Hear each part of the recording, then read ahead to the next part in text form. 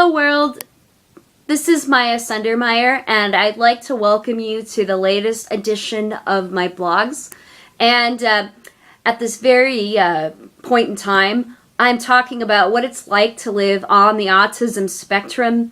And I eventually would like to see my blogs turned into a mini version of Good Morning America for the geek world on YouTube.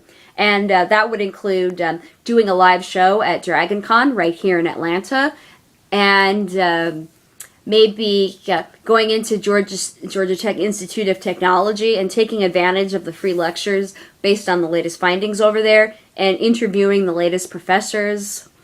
Maybe if I get lucky, interview people from NASA and get a press pass and go to Comic-Con and talk to the latest nerds about the latest trends for the nerd world, etc.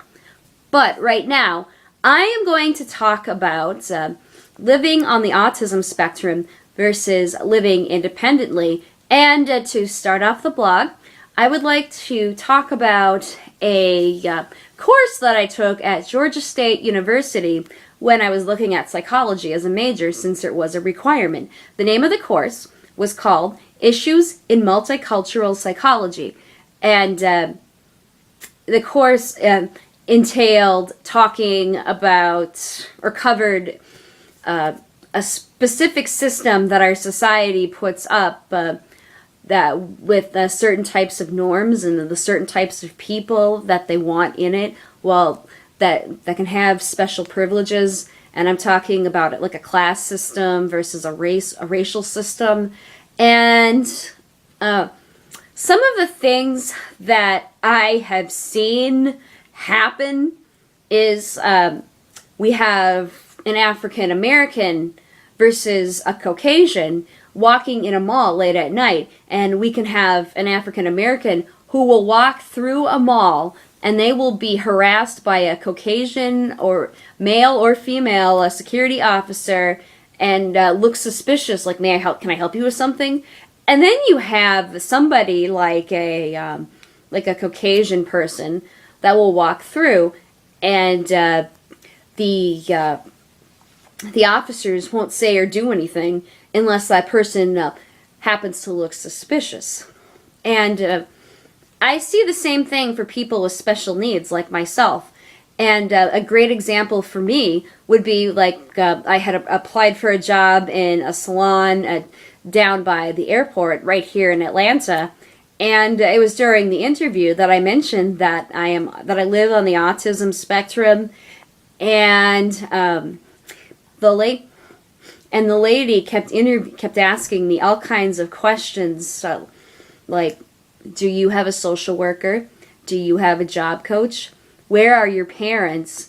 Do you stay by yourself? And she was very ignorant. And she goes, "Wow, I didn't know people on the autism spectrum could live on their own. I always thought people on this, I don't really know much about autism. I thought people on the spectrum only needed to be in group homes." I mean, just different tidbits like that. And I mean, not only have I heard her ask me those kinds of questions, I've been questioned by people in the society, and the biggest question I get is, where are your parents? Why do you don't live on your own, do you? Yeah, now, do you live with your aunt, or do you stay by yourself? And here's what I have to say. Okay, it's nice that you're concerned, but unfortunately, I don't think you live inside of my head, and I don't think you live inside of my shoes. Thank you very much. And you surely didn't live with me for the last 6.5 years after I lived with my two roommates who bullied me because they discovered that I was helpless after I didn't tell them that I live on the autism spectrum. And I mean, you didn't see where I started from, and you didn't see me blossom into the person I am today. Instead, you sit and stick your nose in my business and go by the stereotypical norms of or stigmas of our society. And my advice, can't people just leave me alone and let me live my life? Can't people see that I have dreams just like everybody else? Can't people see that that I'm high functioning? Can't people see that I'm able to cook a meal? Just I mean, can't people see that I look like I am stable and have a sound mind? Seriously. I mean, people need to stop looking at the label and looking at a person.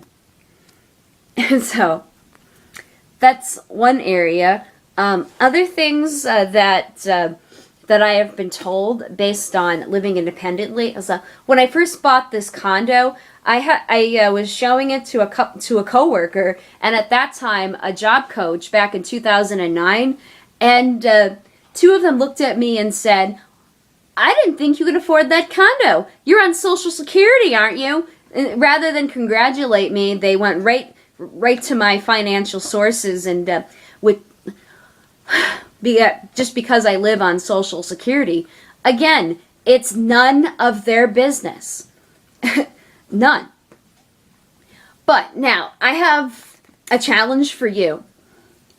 The next time somebody asks me where my parents are, why don't I have a social worker? Now, what should I tell them without sounding ugly and nasty? So, until next time, I'm Maya Sundermeyer, and I'm signing off now. Bye.